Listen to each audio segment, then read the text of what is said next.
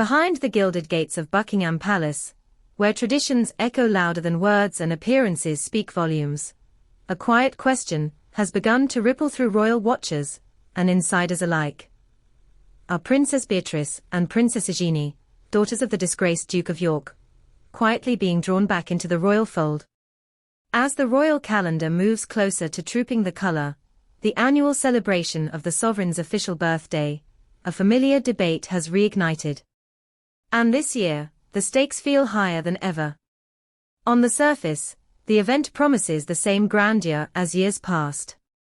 Hundreds of guardsmen, horses, military bands, and the iconic RAF fly past. A spectacular celebration, steeped in military precision and royal flair. But as with all things royal, it's not just about the pageantry, it's about the message. And this year, the message could come down to one very visible decision: who stands on the balcony of Buckingham Palace. And that's where the story starts to get complicated. Because among those hoping for a glimpse from the palace's most symbolic stage are two royal figures who, while technically non-working royals, have never completely stepped away from royal life. Princess Beatrice and Princess Eugenie, often affectionately referred to as the York sisters, have been increasingly present at private royal events. They've attended funerals, weddings, memorials, and even behind-the-scenes engagements that never make the headlines. And many are wondering, could this be the beginning of something more? Could King Charles, known for both his pragmatism and sense of family duty, be signaling a subtle shift? One that might eventually see Beatrice and Eugenie play a more public role within the monarchy. But what came next surprised everyone. According to several recent reports, both sisters have been observed in increasingly prominent roles within the royal circle, especially in moments where the monarchy seems in need of support. Neither sister holds a full-time royal position. Both have careers and families of their own. And yet, their continued presence, always loyal, always respectful, has not gone unnoticed. And here's where things begin to take an unexpected turn. Despite their rising visibility, it's the balcony appearance at Trooping the Colour that has become a lightning rod for speculation. This single moment, lasting only minutes, carries enormous symbolic weight. It tells the world who matters, who is in the room, who is on the inside. Traditionally, this platform has been reserved for the monarch, their consort, their children, and working members of the royal family. Those who dedicate their lives to public service under the royal banner. But in recent years, that definition has blurred. When Queen Elizabeth II scaled back balcony appearances to a core group, it was seen as the beginning of a streamlined monarchy. King Charles has continued that approach. Fewer faces. Tighter control. Clearer messaging. Which is why the possible inclusion of Beatrice and Eugenie has sparked such passionate debate. Royal expert Richard Fitzwilliams weighed in with a note of caution. In a recent interview with GB News, he explained that while the sisters have many admirers, their connection to Prince Andrew, one of the most scandal-damaged members of the royal family, makes their inclusion in such a visible, high-stakes event incredibly delicate. And that's where the deeper story begins. To understand the tension here, we need to revisit the very public fall from grace that brought Prince Andrew's royal career to a standstill.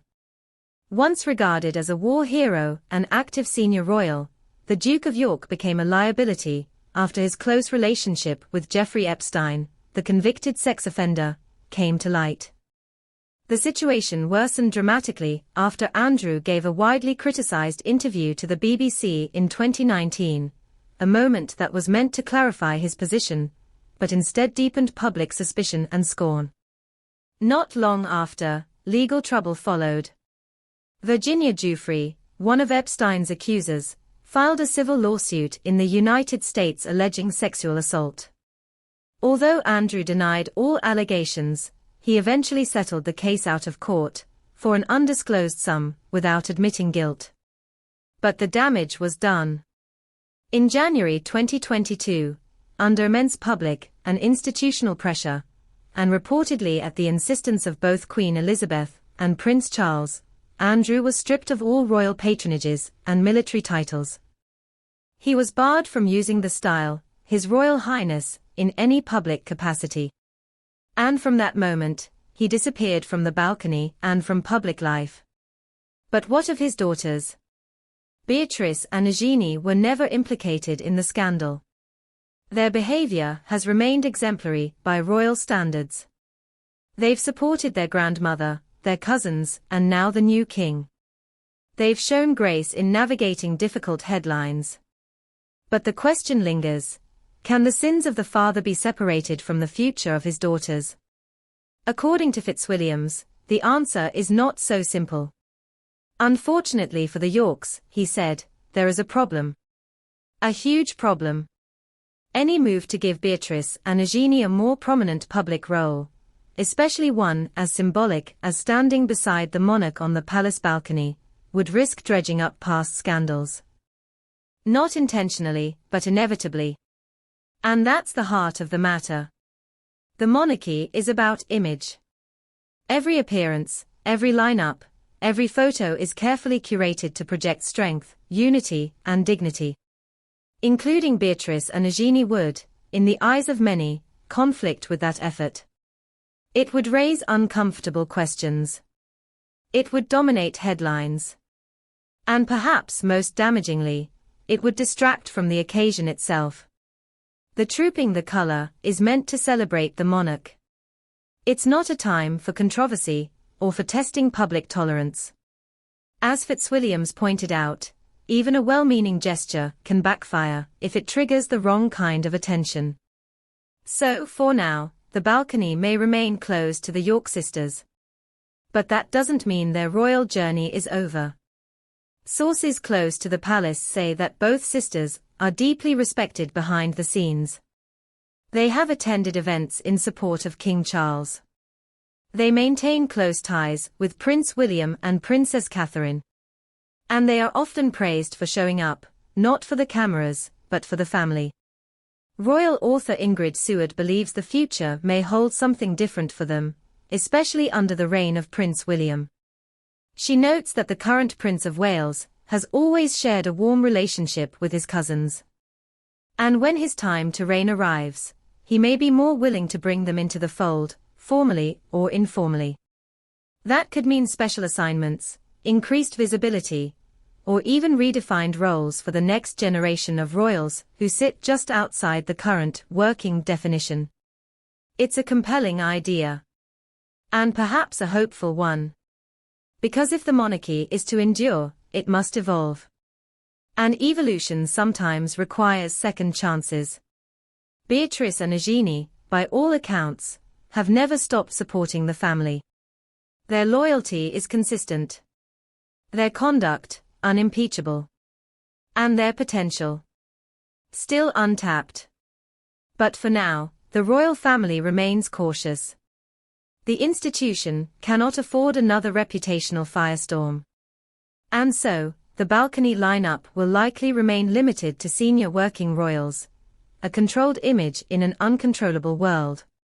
And yet, there's something undeniably bittersweet about this moment.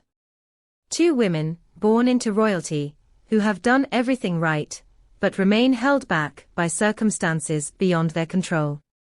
It's a story of duty, of reputation, and of the fine line between forgiveness and caution. It's also a reminder of how long shadows can stretch in the world of crowns and cameras. So what happens next? Will Beatrice and Eugenie eventually be welcomed back to the center of public royal life? Or will they remain, as they are now, on the periphery, beloved, but unseen? We want to hear your thoughts. Should the York sisters be included in more high-profile royal events? Or is the expert consensus correct, that it's simply too soon, too sensitive, and too risky? Share your thoughts in the comments below. We value your voice in these conversations. Please keep the discussion respectful. We're talking about real people living under extraordinary public pressure. If you found this story engaging or informative, don't forget to give us a like, subscribe to the channel, and hit that notification bell so you're always in the loop with the latest royal developments. Thank you for watching, and we'll see you next time, with more insights from behind palace walls.